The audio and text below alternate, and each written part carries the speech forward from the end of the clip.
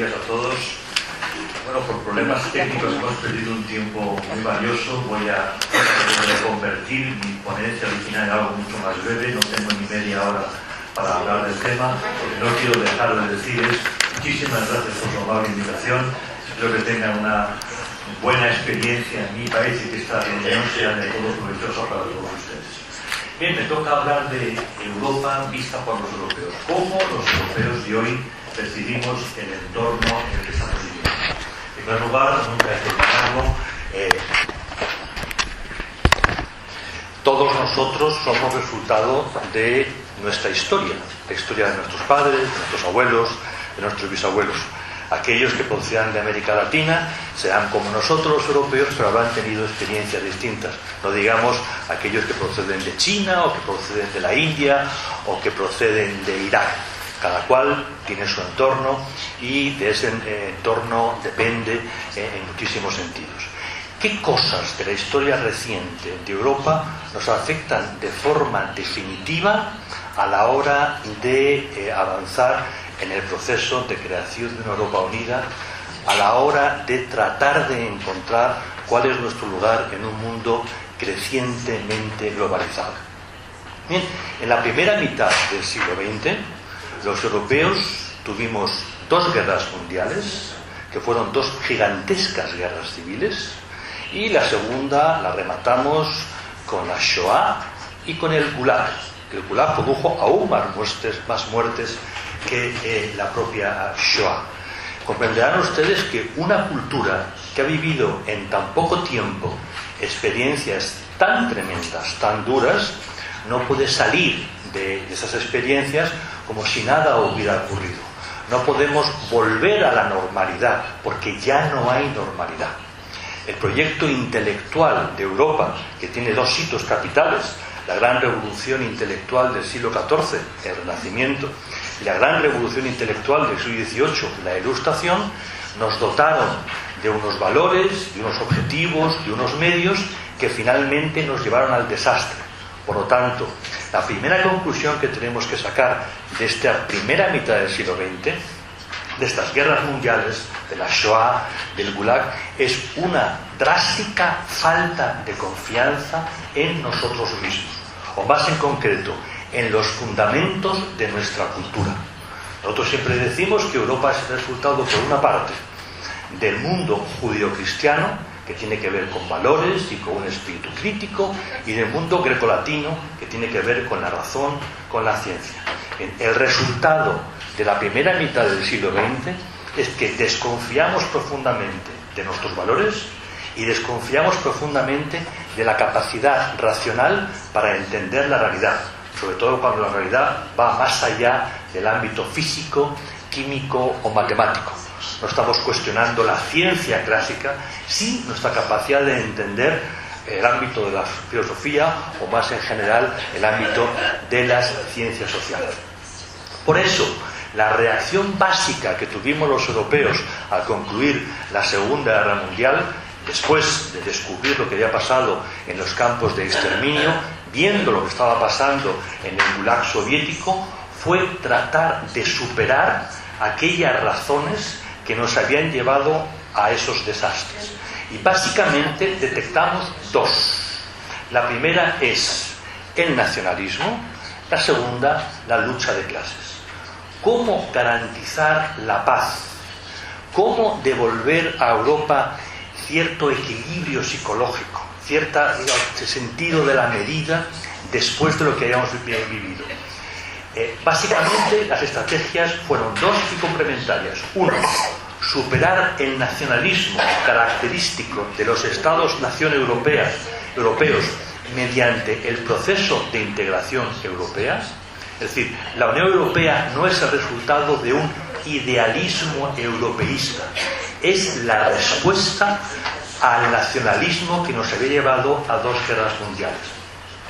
La segunda estrategia, el cómo resolver la cuestión social, la lucha de clases, devino en el avance hacia los denominados estados de bienestar, en inglés welfare states, estrategias por la cual el Estado asume competencias que no le son propias, que no le son de soberanía para garantizar lo fundamental o algo más de lo fundamental a la población y de esta forma desactivar la tensión social.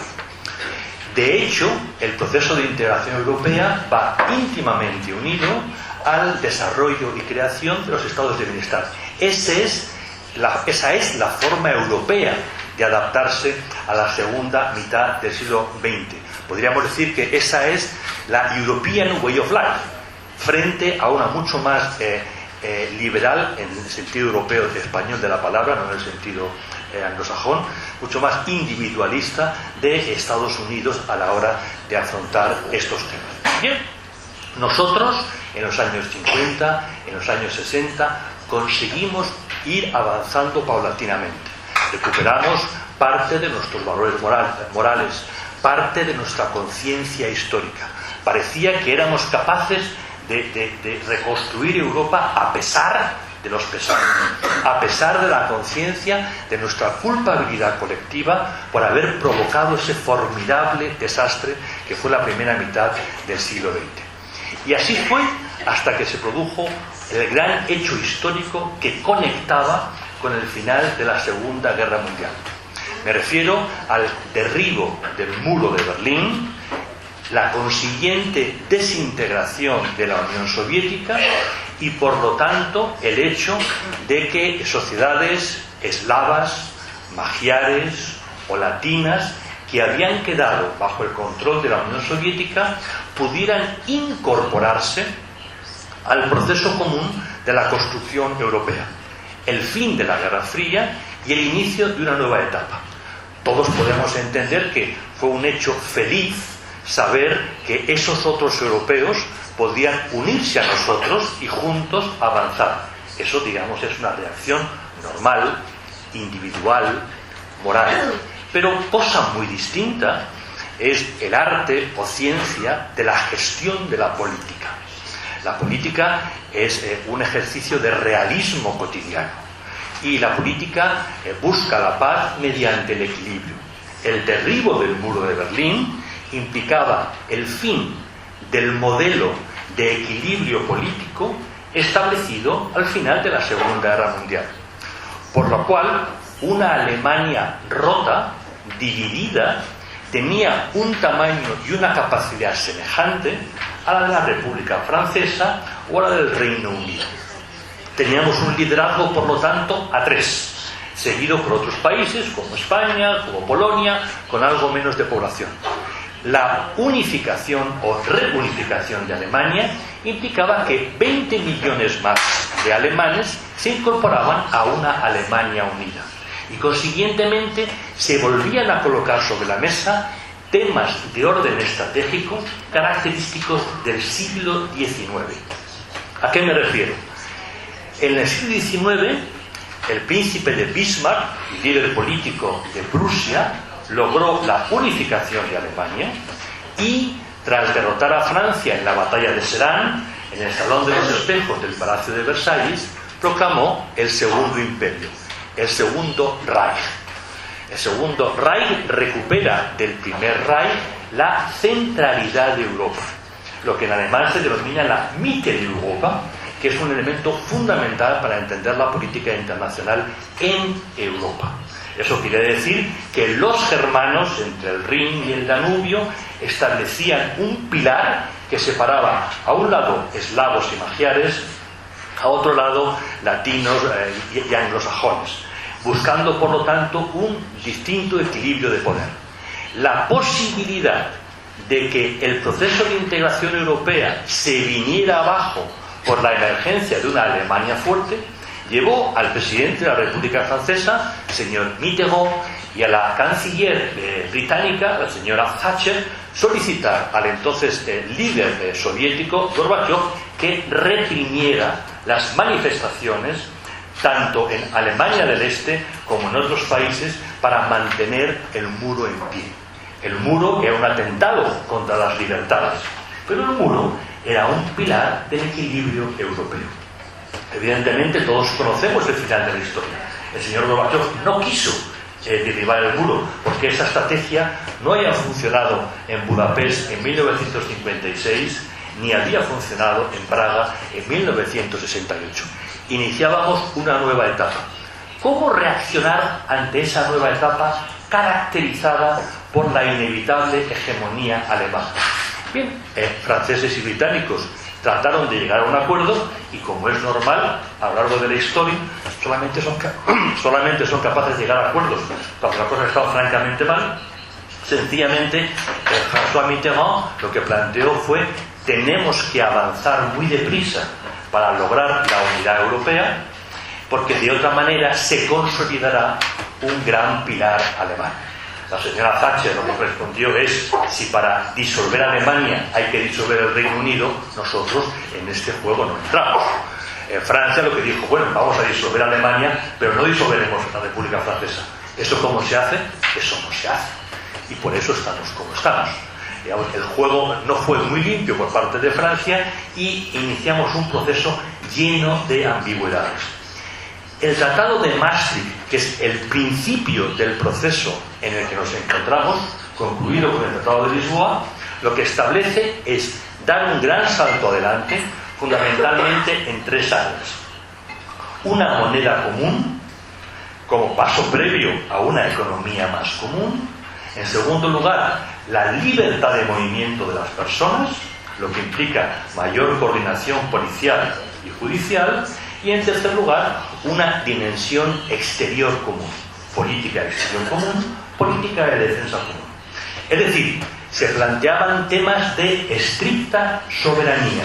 Entendemos por soberanía última instancia de toma de decisión, lo que es indiscutible ámbito de los gobiernos de las naciones.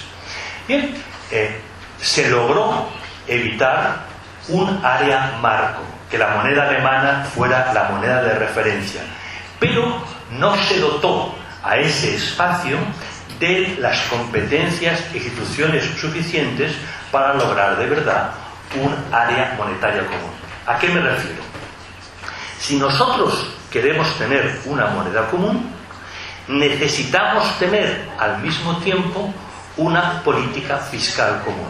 Llamamos política fiscal a la economía pública. O sea, si no podemos recaudar impuestos juntos, difícilmente podremos gobernar la moneda juntos, porque la moneda es un instrumento dentro de la economía pública, no es una cosa que se pueda gestionar de forma ajena. Pero, naturalmente, una política fiscal única quiere decir algo tan sencillo como esto: los estados no podrán aprobar sus presupuestos nacionales. Eso quiere decir una política fiscal única. Una política fiscal única requeriría que Bruselas, sede central de la Unión Europea, diera el visto bueno, tuviera la última competencia para resolver si unos presupuestos de un Estado concreto son viables o no son viables, son acordes con la política monetaria o no son acordes con la política monetaria. Una moneda única requiere, todos sabemos, un banco central único. Nosotros tenemos un banco central único, pero no le hemos dotado de todas las competencias necesarias. El resultado es que ante la crisis que vivimos, el banco ha hecho lo más fácil: emitir moneda. Vieja estrategia que todos conocemos y cuyos resultados también conocemos. Pero no tiene la competencia de verdad disciplinar a los gobiernos. Más aún, una moneda única requiere que el gobernador del Banco Central sea de verdad el jefe de todos los bancos privados, pueda controlar todos los bancos privados y que la Unión Europea pueda emitir deuda conjunta, deuda comunitarizada. Todo eso no se hizo. El resultado es el que es. Tenemos una moneda común. Esa moneda es una muy buena moneda. Esa moneda nos permite mercar entre nosotros muy fácilmente. Nos libera de cantidad de problemas a la hora de jugar con divisas. Pero cuando llega una crisis, y ha llegado, y es la peor desde la Segunda Guerra Mundial, sencillamente las autoridades de Bruselas carecen de las competencias, de los instrumentos necesarios para poder actuar de forma eficaz, como sí han hecho, por ejemplo, las autoridades de Estados Unidos, porque el presidente de Estados Unidos y la gobernadora de la Reserva Federal sí tienen esas capacidades. Bien, El segundo elemento fundamental, a que antes hacía referencia, es el libre movimiento de las personas. ¿Cómo podemos considerar una Europa unida si las personas no nos podemos trasladar de un lado a otro? Si mi título universitario aquí no vale igual allí, si yo no puedo empezar a trabajar mañana en Hungría o en Francia o donde fuere. Bien, al principio todo esto parecía muy normal, muy de sentido común, hasta que llega el momento de las vacas flacas. Cuando un gobierno tiene serias dificultades para dar trabajo a la mayor parte de sus ciudadanos, entonces el vecino, por muy europeo que sea, se convierte en una amenaza. Es lo que en Argot se denominó en su momento, en el momento del referéndum francés, el problema del fontanero polaco. Llega el fontanero polaco, que es muy bueno, que es más barato que el francés, y empieza a crearnos dificultades. Ese mismo problema lo hemos vivido recientemente con el referéndum británico. La movilidad en términos económicos es enormemente positiva. En términos políticos es problemática. Y por eso mismo, en un momento donde se deja de confiar en la Unión Europea porque se ve que no tiene margen de maniobra, el instinto nos lleva a recuperar lo de toda la vida, que es el Estado-Nación. El tercer pilar, al que antes hacía referencia, es la dimensión internacional. Somos...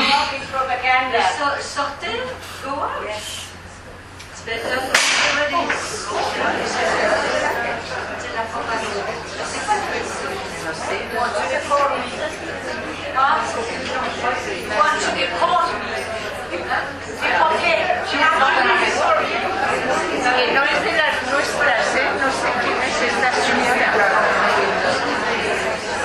Please, you leave. You don't believe in immigration? You don't believe that people have rights, human rights, migrants? What do you think you're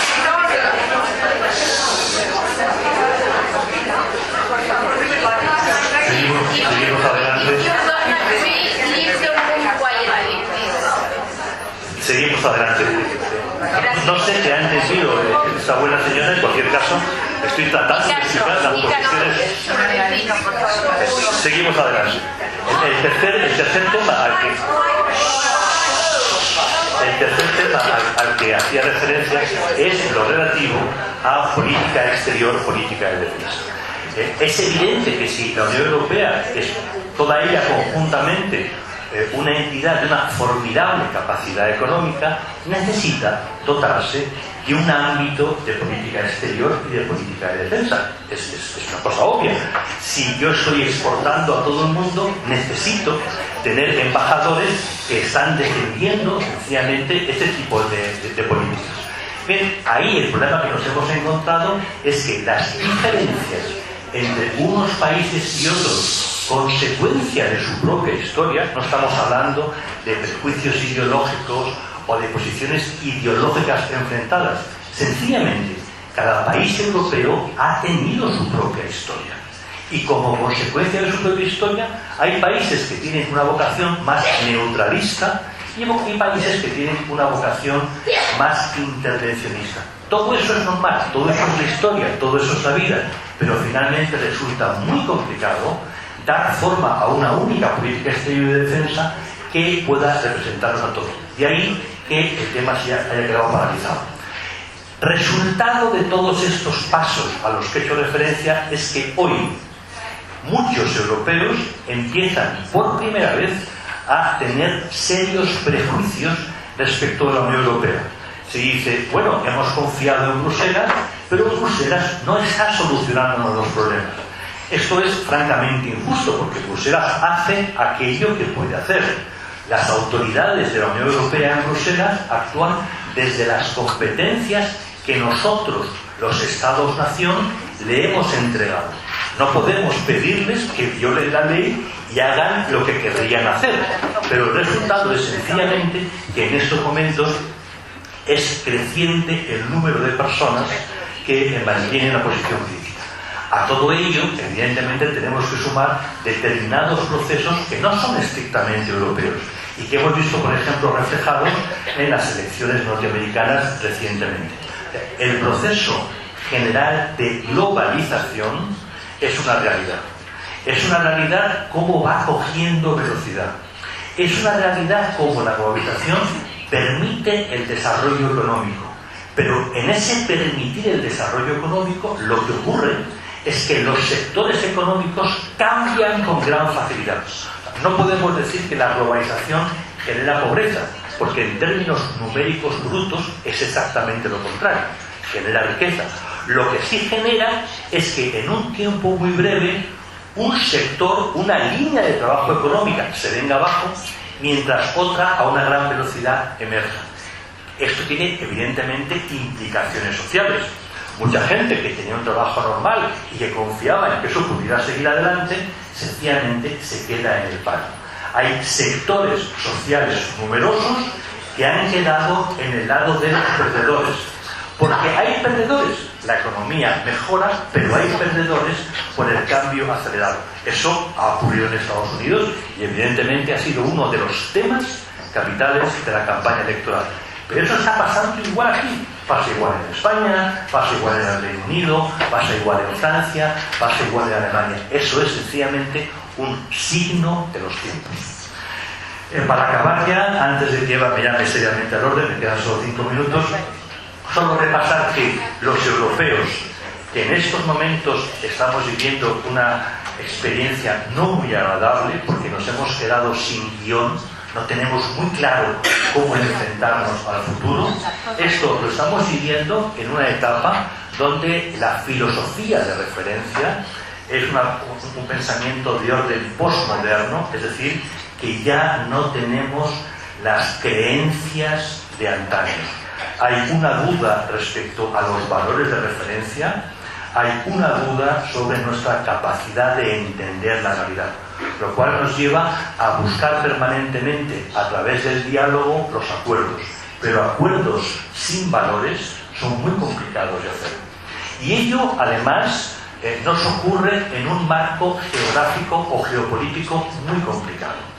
Rusia está aprovechando nuestra debilidad, nuestras divisiones, para presionar en sus fronteras occidentales, que son nuestras fronteras orientales. Lo vimos primero en Georgia, lo estamos viendo en Ucrania, pero también lo estamos viendo en los estados bálticos, en Polonia, lo estamos viendo en la península escandinava, donde Rusia hace una demostración de fuerza para intentar doblegar la voluntad de los vecinos.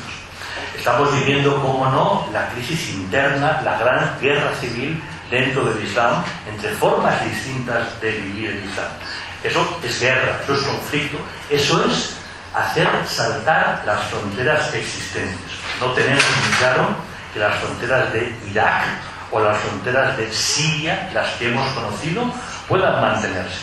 Pero lo que sí estamos viendo es que millones de personas están sufriendo la guerra.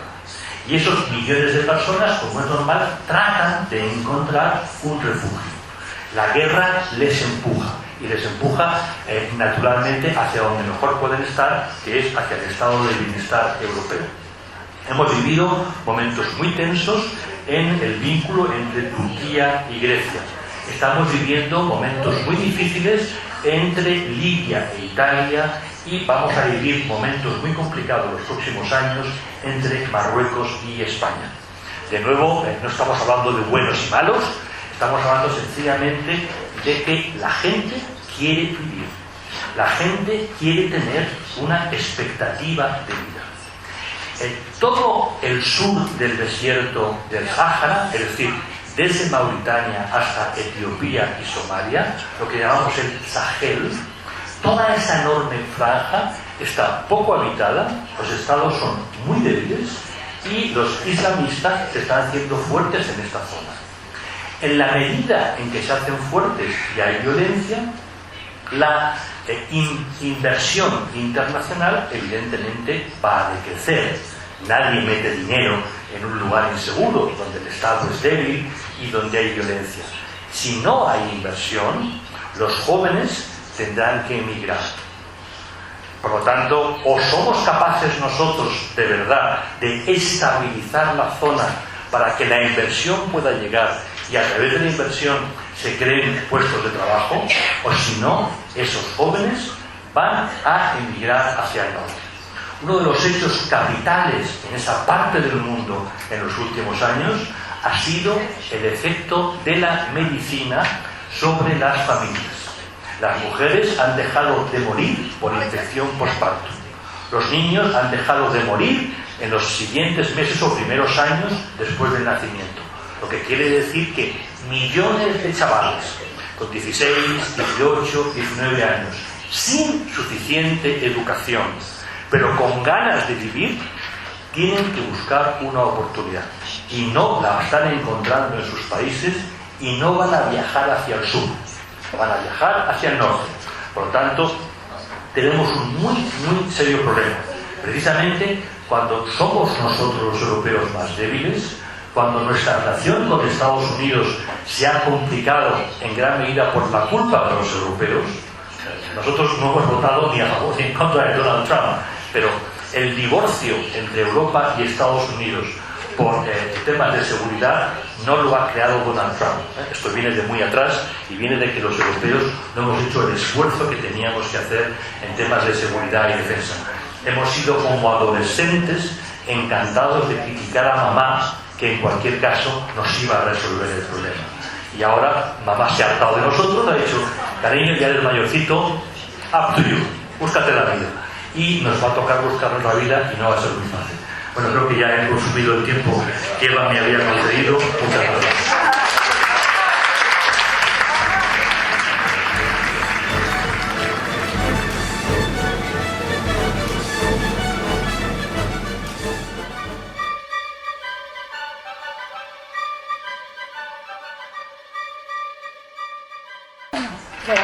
Bueno, antes de empezar voy a contar una pequeña anécdota, porque realmente ya explicó mucho de nuestra etapa y te voy a cortar lo que yo iba a decir.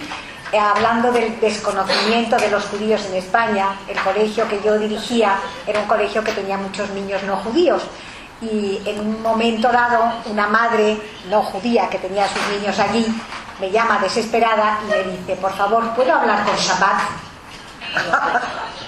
No sé qué me quieres decir. Dice, sí, necesito absolutamente hablar con Shabbat porque mi hija quiere hacer su cumpleaños el sábado y Shabbat no la deja. Entonces es como muy complicado explicarle que no era una persona, sino que era una fiesta. Y es el desconocimiento más absoluto que había de niños que venían a nuestro propio colegio, y os ahorro todas las excursiones en las cuales pedíamos que no alinearan la ensalada porque tenía vinagre, y entonces venía a preguntarnos si podían mezclar el tomate y la lechuga. Para ellos éramos raros, ¿no? Y bueno, poquito a poco veremos que lo mismo que nos tratate, las cosas empiezan arriba y tardan mucho más, las costumbres tardan más en evolucionar que las leyes. ¿Por qué yo he llamado a la conferencia Nuestra Etapa una iniciativa judía, una realización cristiana? Un poco porque lo que os ha explicado Nadine. La convivencia, digamos, entre judíos y cristianos fue siempre muy complicada. En el 2015 se cumplieron 50 años de la promulgación de esta importantísima declaración del Concilio Vaticano II, lo cual nos remite a un Concilio Vaticano I que dice exactamente, hay un cambio de paradigma muy grande entre los dos concilios, y eso es lo que hizo llamar a los artífices de este concilio, que fueron varios papas, unos herejes, una acusación de herejía en el seno de la Iglesia que hoy persiste en algunos sectores fundamentalistas. Es muy difícil hacer cambiar ideas cuando están muy arraigadas en el acervo cultural.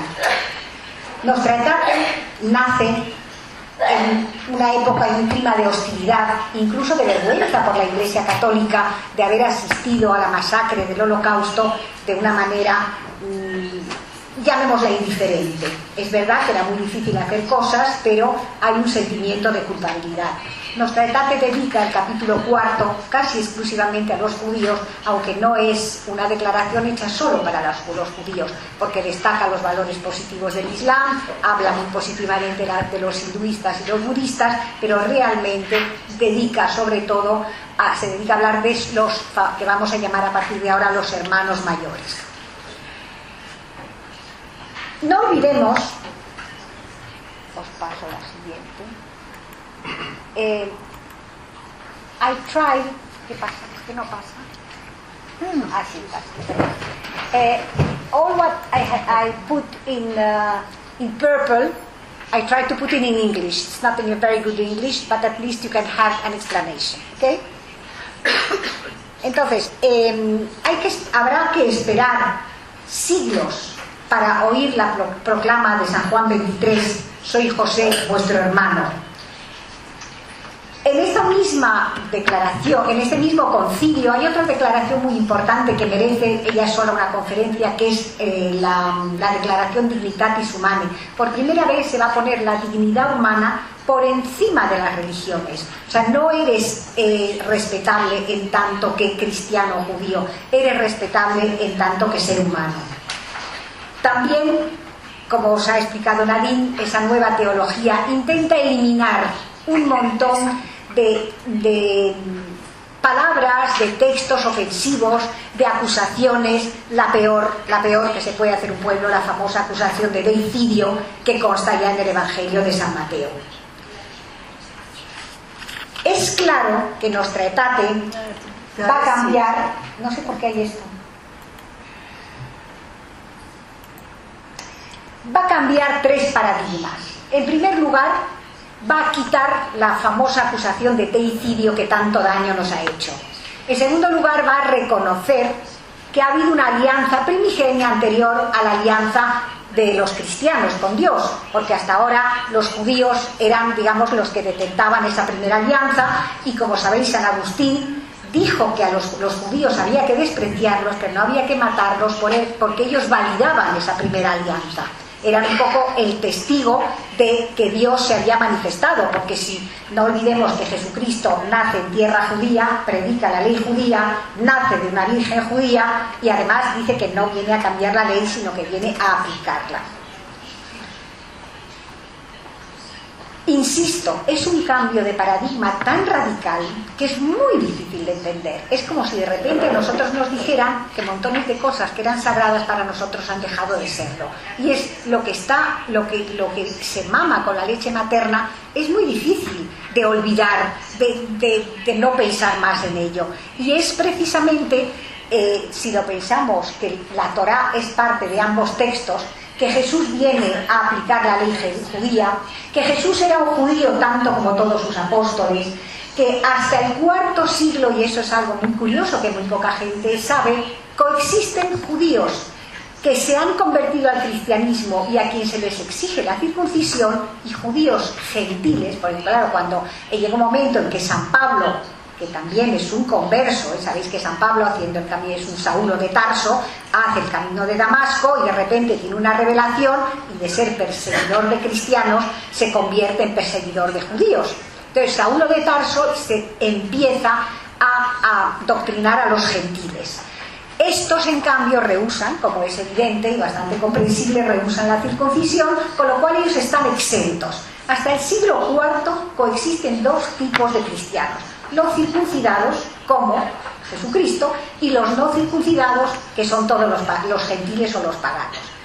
Llega un momento en que hay un aumento del grupo de los gentiles, y en ese momento es cuando se deroga todas las prerrogativas del pueblo judío, ya no es el testigo de Dios, ya no tiene una alianza con Dios, y el bautismo va a uniformar, va a ser el único requisito para ser cristiano. Después de eso, la Iglesia emite mensajes de evangelización, de misiones, y empieza a haber persecuciones, empieza a haber inquisiciones, pogromos, asesinatos. Es un poco como, si se entiende en psiquiatría, cuando te lo explican, ¿no? Que tienes que matar al padre para ser tú mismo. Bueno, pues yo creo que pasa un poquito que es una doctrina que se tiene que afianzar y por el miedo de que judaizaran y volvieran a su fe, pues se hace como muy dogmática. En este momento, después de tener todos esos puntos comunes, que son dos religiones con absolutamente los mismos principios, las mismas creencias, el mismo Dios, por decirlo de una manera, va a cambiar, va a convertirse en un montón de... van a empezar a ser enemigos. ¿Qué pide el Concilio Vaticano II? Todo lo que no decía el Concilio Vaticano I, que los dones y la llamada de Dios son irrevocables. No entro en eso porque es lo que nos va a explicar mi amiga Maite. Se eliminan las frases ofensivas de la nueva teología y hay constantemente documentos que intentan afianzar ese cambio de concepciones. Cuando la Iglesia empieza a hacerse enemiga del judaísmo porque hay que erradicarlo, hay una evolución en el antijudaísmo europeo. Pasamos de no podéis vivir entre nosotros como judíos. Bueno, ese parecía como un escollo bastante salvable, pues con que te convirtieras, aunque no fuera sincera tu conversión, porque cuando estás mediatizado por el instinto de conservación, bueno, pues por salvar la vida o la hacienda, pues prometes y finges, aunque luego judaices en tu casa. Y yo me acuerdo una vez de haber tenido una discusión muy grande después de dar una conferencia en el Ateneo de Madrid, en que me dijeron, pero siempre estáis protestando, la Inquisición no perseguía judíos, solo perseguía falsos conversos. Digo, pero vamos a ver, ¿cómo voy a ser un converso sincero si me has puesto el cuchillo en la garganta? O sea, la bolsa o la vida, bueno, pues es normal que yo elija la vida. Entonces, no eran unas conversiones sinceras. Y la excusa es que solamente que lo que estaban persiguiendo eran hipócritas que judaizaban en secreto. Después de eso, quitan una parte y dicen, no podéis vivir entre nosotros, con lo cual empiezan los pogromos, las expulsiones. O sea, siempre, y eso es una frase que repito mucho, cuando quieren hegemonía exigen homogeneidad. Los reyes católicos es lo primero que hacen, echan a todos, primero a los judíos y luego a los moriscos, a los moros, porque lo que quieren es un país que se va a unificar, pues no existía la idea de ciudadanía, se va a unificar por la religión. Lo malo es que después de eso viene el tercer paradigma. No podéis vivir, que es el trágico corolario del odio a la alteridad religiosa.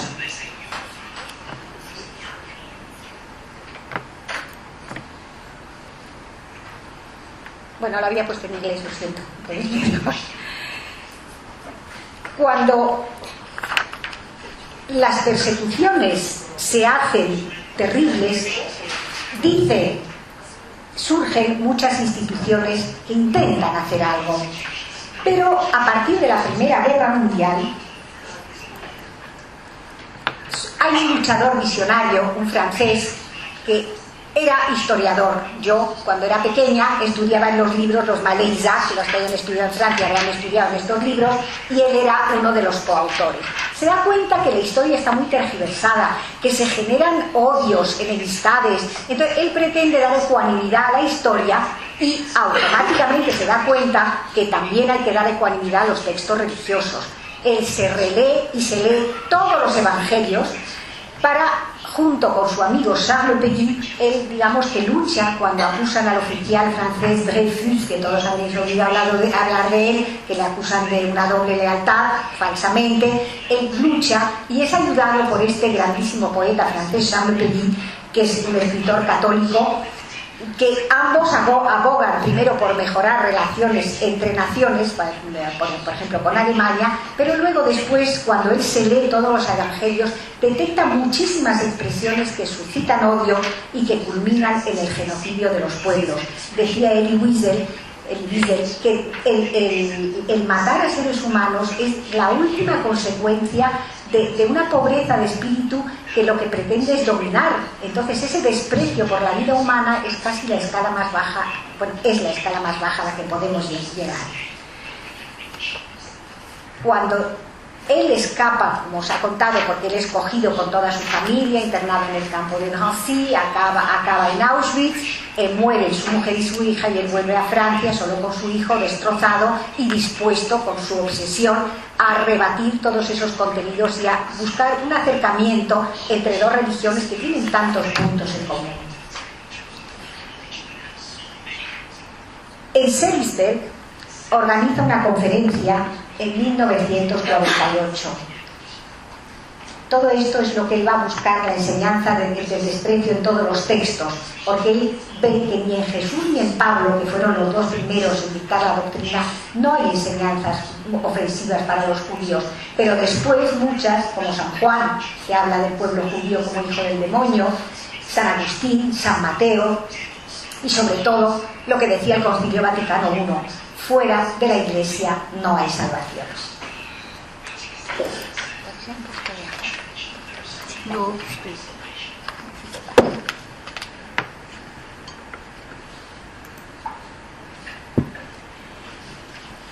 La Torá y la Biblia postulan ambas que Dios creó a todos los hombres a partir de uno solo. Si alguien acepta ese postulado, no hay razas superiores. Si todos tenemos un origen común, ¿quién se atreve a decir que dos gotas de agua se parecen, pero que una se parece más que la otra? O sea, es como absurdo, ¿no?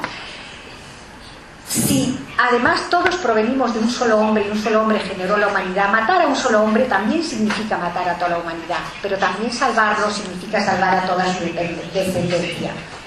Con otro gran teólogo católico, Jacques Maritain, que su esposa Raisa Maritain, Isaac organiza en 1947, como os contó Nadine, la conferencia de Seelisberg, en Suiza. Hacen, ¿yo por qué no puedo llegar aquí?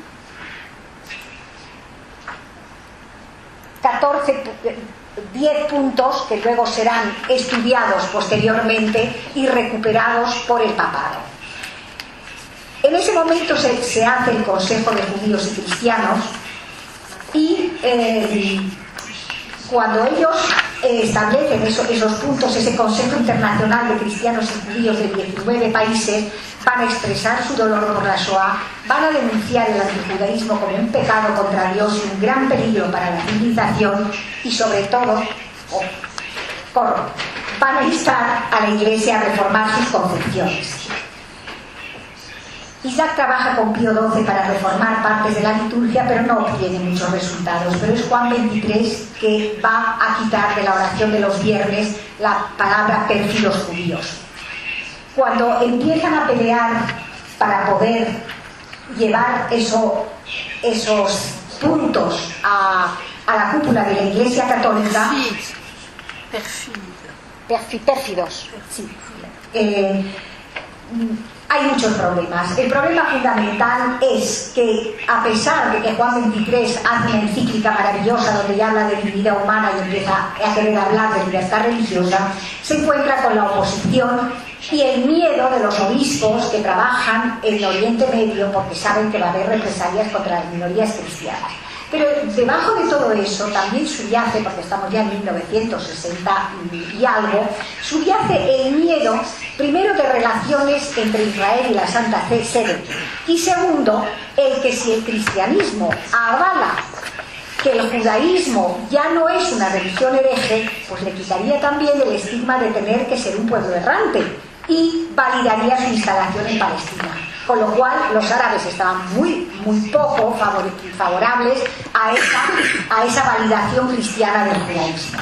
Sin embargo, tanto el Papa como su cardenal, su marido, el cardenal Bea, que llamaron el cardenal de corazón judío, intentan por todos los medios y al final consiguen que los puntos de Seelisberg revisados y aceptados, a pesar de la oposición, insisto, del cardenal Cicognani, que tenía miedo de esas represalias, pues al final se van a votar con una serie de votos a favor. No sé por qué se presenta, se ve que hice efectos sin saber, lo siento.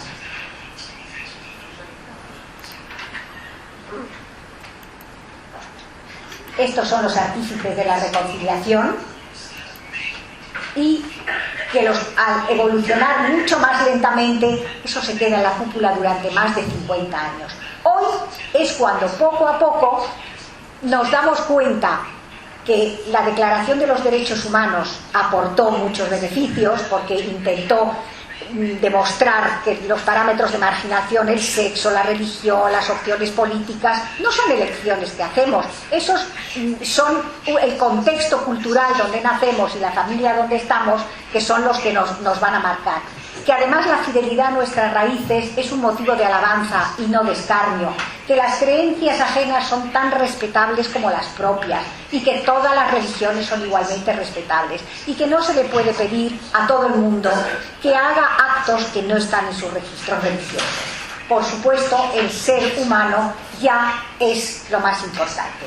Quería decir que los judíos contestan en el año 2000 con la declaración, el equivalente judío de Abru Emet, que significa decir la verdad. Unos 220 rabinos van a aportar al cristianismo lo mismo que el cristianismo ha aportado al judaísmo, con una serie de puntos que se detallan, y está claro que el camino se hace al andar, que las religiones deben usarse para conjugar similitudes y no para destacar diferencias, que la condición humana es fuente primigenia de respeto, que Nostra Aetate es una aurora en el diálogo interreligioso muy importante y sobre todo yo como educadora, que la educación es la trama y la urdimbre del entendimiento y del respeto entre los pueblos. Y para terminar, hay un encuentro, unas fotos muy bonitas que me han mandado, que es el encuentro entre mi moderadora y otra amiga, que es el encuentro con el Papa Francisco. Insisto, mientras eduquemos a nuestros hijos y nos demos cuenta que las mentes vírgenes son muy maleables, podremos quizás dar un alba de esperanza a la humanidad. Gracias.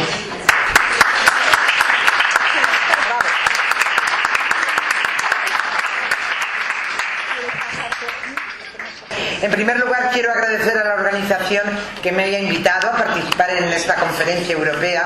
Para mí es un honor estar hoy con ustedes y con mis queridas amigas de SEMI, de cuya amistad me siento muy orgullosa, ya que realmente les puedo asegurar que son mujeres admirables por la labor que desarrollan en la comunidad judía. Y aprovecho que hoy tengo la oportunidad de decírselo a todas juntas a la vez. Dicen que Madrid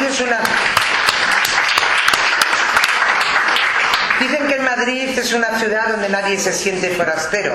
Ojalá que todas ustedes, cuando vuelvan a sus países de origen, compartan esta opinión de la que me sentiré muy orgullosa como madrileña que soy. Bien, me dicen que hay que hablar del diálogo interreligioso. Bueno, pues aquí yo diré una frase de nuestro Quijote: con la Iglesia hemos topado, Sancho amigo. Vamos a ver si soy capaz de decirlo en tan breve tiempo. Nunca, como ha dicho la profesora Nehama, un solo párrafo de la Declaración de la Iglesia ha tenido tanta repercusión en el seno de la misma y ha cambiado la forma no solo de relacionarse con el judaísmo, sino de concebirse a sí misma.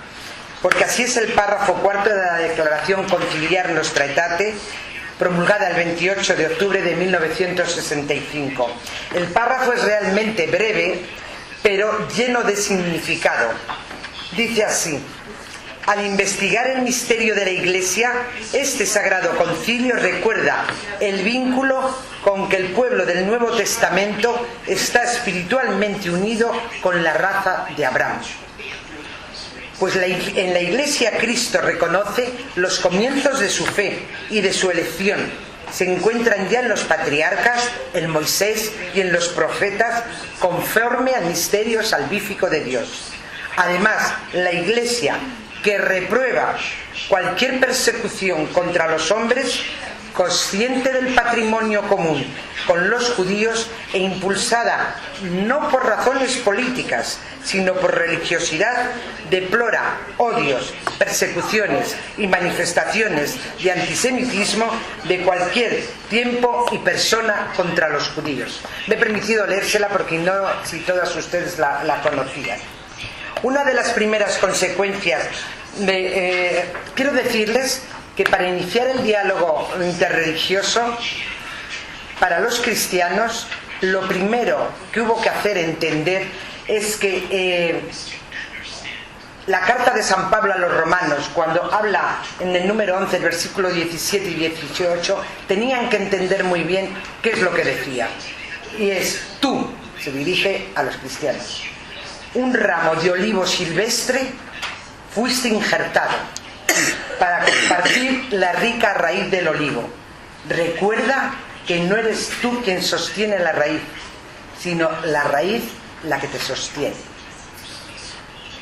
Ese es el lema de nuestra revista que se llama precisamente así, El Olivo.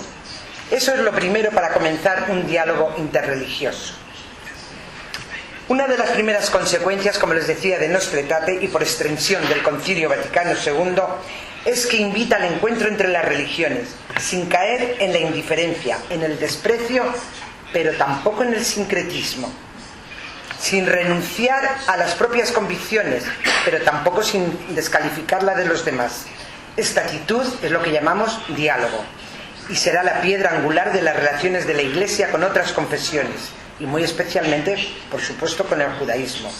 El diálogo interreligioso que arranca en el Concilio Vaticano II y gradualmente se ha ido extendiendo y profundizando, la situación es muy diferente de país a país, como todas ustedes podrán atestiguar, ya que entran en juego factores no solo religiosos, sino también culturales, sociales, políticos. El diálogo interreligioso, esto quiero aclararlo porque a veces se confunde, se diferencia del ecumenismo. Ecumenismo es la búsqueda de la unidad entre las distintas corrientes cristianas. Es diferente lo que es el diálogo interreligioso, que es entre personas de distintas religiones. El Papa Juan Pablo II, que asistió como obispo al Concilio Vaticano II, promovió activamente este diálogo interreligioso mediante el Pontificio Consejo para el Diálogo Interreligioso, que mantiene frecuentes contactos con el mundo del Islam, el budismo y el hinduismo. Pero el diálogo con el judaísmo, sin embargo, se realiza mediante una comisión aparte que pertenece al Consejo Pontificio por la promoción de la unidad de los cristianos. Y este mensaje es muy claro y es muy positivo, porque la Iglesia Católica no considera su relación con el judaísmo como con el resto de las confesiones, sino que la acerca mucho más a sí misma, considerándola como de su propia familia, pues comparten con los cristianos el mismo Dios del Antiguo Testamento y la espera de del Mesías. Los judíos, lógicamente, su primera venida y nosotros la segunda. El diálogo interreligioso vemos pues que exige dos cosas fundamentales: tener algo propio que comunicar, así como sostener que también los demás tengan algo que enseñarnos. Ambos aspectos deben de estar unidos y dirigidos al mutuo entendimiento y enriquecimiento. Si renunciamos a nuestras convicciones por una malentendida actitud de paz, los demás no podrán sacar nada bueno de su encuentro con nosotros. Pero por otra parte, si estamos convencidos de que también los seguidores de otras religiones pueden comunicarnos algo bueno, entonces asumimos una actitud de autosuficiencia y pretenderemos actuar solo como maestros, y así cerraremos nuestra alma a muchas riquezas. Como dijo el Papa San Juan Pablo II, el diálogo no es un intercambio de ideas, de todos modos es un intercambio de dones. El camino del diálogo judío-cristiano, a pesar de todo lo que hemos visto, está apenas iniciado. Hay mucho trabajo para realizar. Hemos de estar dispuestos y deseosos a compartir las propias riquezas y respetar también y recibir las riquezas del otro, porque así se podrá construir una mejor convivencia humana. Las instituciones y personas que nos dedicamos al diálogo judío-cristiano nos comprometemos, pues, a respetar sobre todo la identidad de cada cual, a combatir toda forma de antisemitismo en la Iglesia y en la sociedad, a buscar intensificar todos los niveles de diálogo con nuestros hermanos judíos, a trabajar activamente en las relaciones judío-cristianas, a trabajar por la justicia, estando atentos a los medios de comunicación cuando tratan problemas en relación con los judíos o con el mismo Estado de Israel. Eliminar del vocabulario habitual lo que puede resultar ofensivo. Para llegar a este diálogo, una de las cosas más importantes, en mi modesta opinión, es la educación de los jóvenes, como ya ha dicho la profesora Nehama. Saber convivir con ellos, para que aprendan a saber convivir con aquellos que tienen una fe diferente o una manera diferente de vivir. Aprender a respetar a los demás, erradicar falsos prejuicios, esas deben ser las claves de la educación. Pero quiero aclarar que el diálogo no debe ser solo en ámbito religioso. Esta es una parte importante, pero no el único. Nuestro centro, aparte de ese tema, se ocupa también de la divulgación de la cultura del pueblo judío. No solo del pueblo del judío bíblico del siglo I, al que todo el mundo parece estar dispuesto a amar y a comprender, sino también al actual.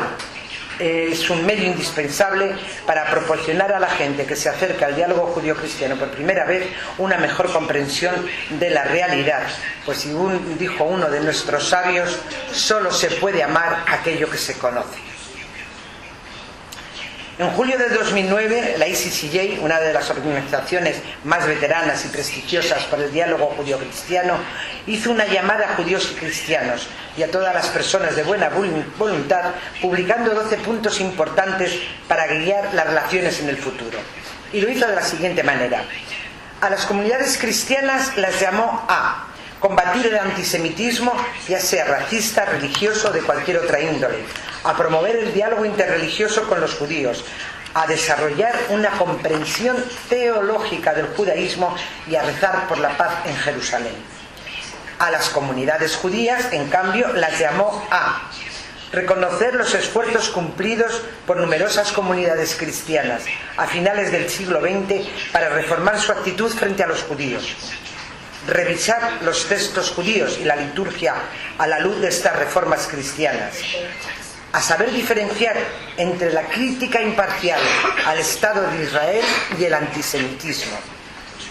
Y por último, llamó a ambas comunidades en conjunto a mejorar la educación interreligiosa e intercultural, a promover la amistad y la cooperación entre ambas religiones y la justicia social globalizada, a mejorar el diálogo con los organismos políticos y económicos y a reunirse con todos cuyo trabajo correspondiera a las exigencias de la preservación de la naturaleza. Estos fueron los puntos de partida para unas relaciones y de una sincera amistad que poco a poco han ido llevando a corregir antiguos prejuicios que durante 2000 años han enturbiado las relaciones entre cristianos y sus hermanos mayores en la fe. Con la ayuda del diálogo abierto y sincero, en el que se escucha y se respeta al otro, se llegó a reconocer, como ha dicho muy bien la profesora, la falsedad en el concilio de la falsedad de acusaciones como deicidas, de usura, etcétera, que durante siglos han sido fuentes de odio hacia el pueblo judío y que le han causado a este tantísimos sufrimientos. ¿Tiempo? ¿Tiempo? ¡Oh! 3-4 minutos más. Pues vamos a ver. Yo también me dejo la mitad. Bueno, pues voy a dar un pequeño brinco. De todas las organizaciones que trabajan en este tema, hay que decir que la primera de todas ellas fue la Amistad Cristiana de Francia, que fue incluso anterior al concilio, igual que la Amistad judío-cristiana de aquí de España, que la Amistad francesa continúa su trabajo en unión con las organizaciones judías, como es por ejemplo el CRIF. Hay también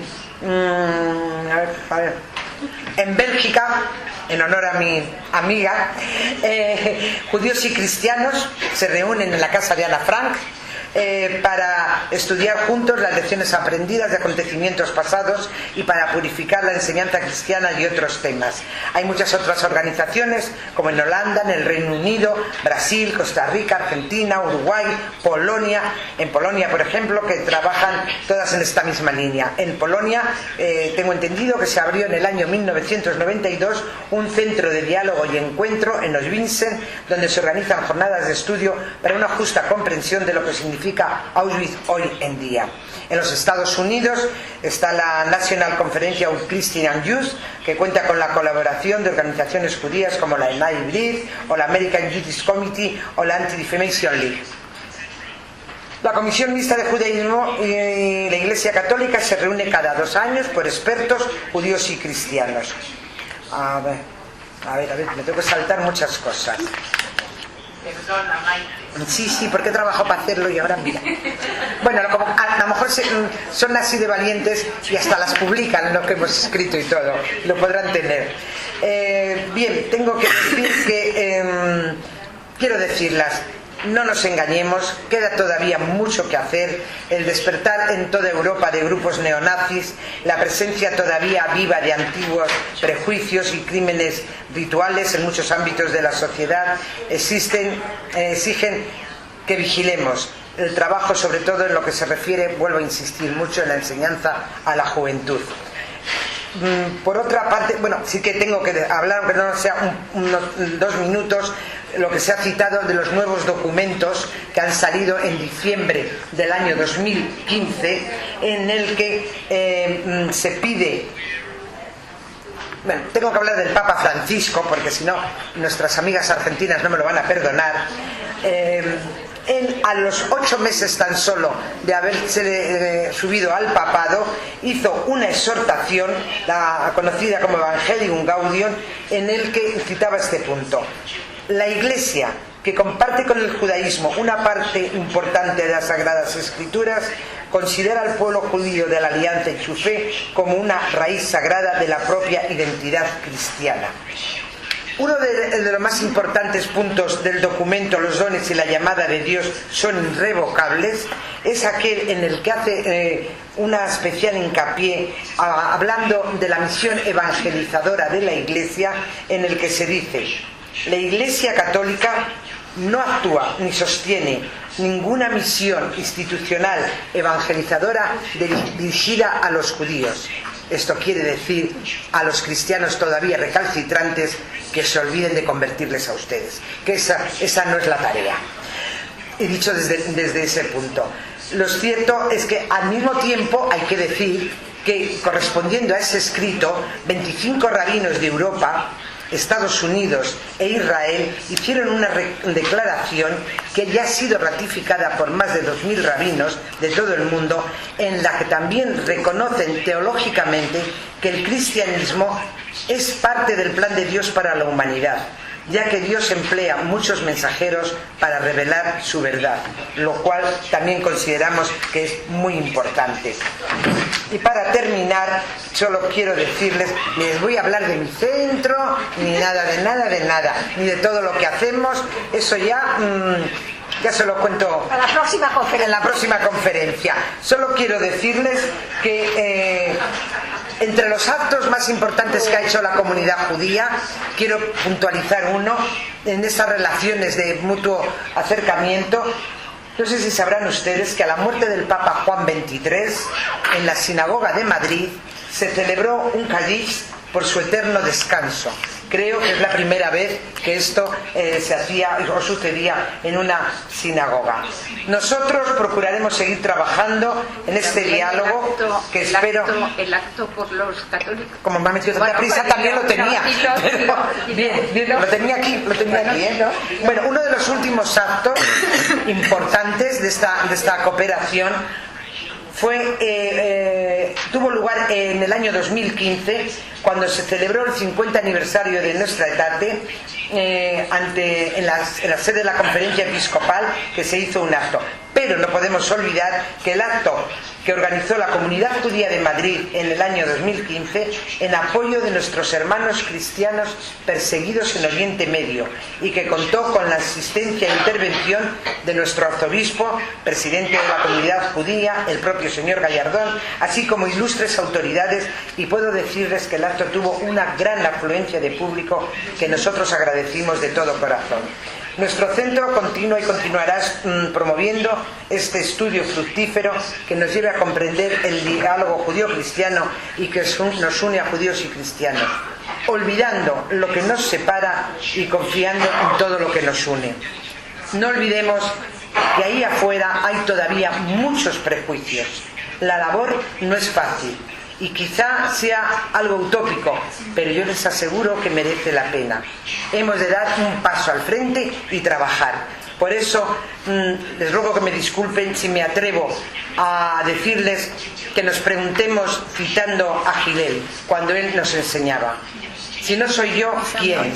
Si no es ahora, ¿cuándo? Y si es solo para mí, ¿de qué sirve? Muchas gracias.